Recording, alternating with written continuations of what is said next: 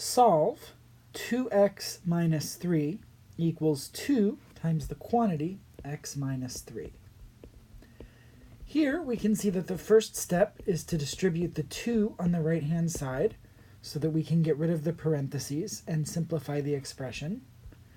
When we distribute the 2 times x is 2x, and then we have minus 2 times 3 is 6. And we still have 2x minus 3 on the left. Now we have variables on both sides of the equation, so we need to eliminate one of those. And we can do this by subtracting 2x on both sides.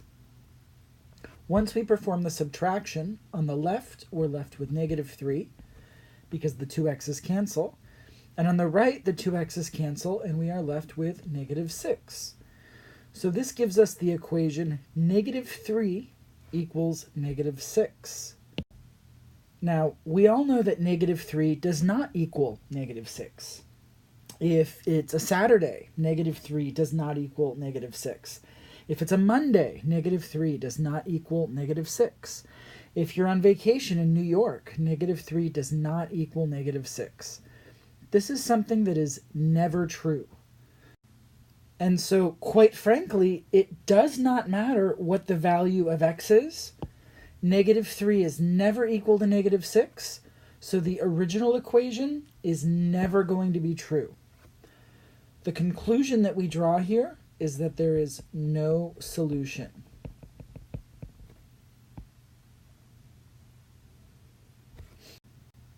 You can take any value you want and plug it in for x, and you're never going to get that the left and right hand sides are equal, because it is never true that negative 3 equals negative 6.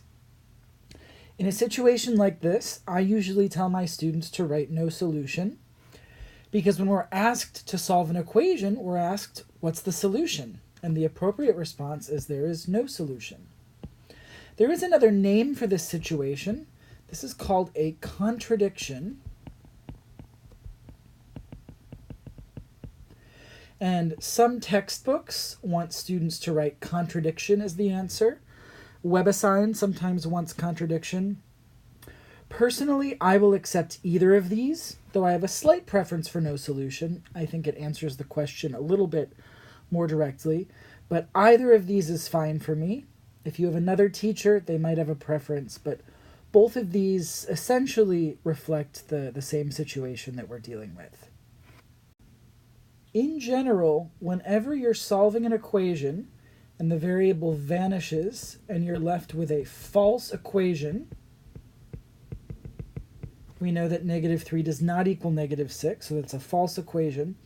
Whenever you end up with an equation with no variable and it's a false equation, that's when you can conclude there's no solution or it's a contradiction.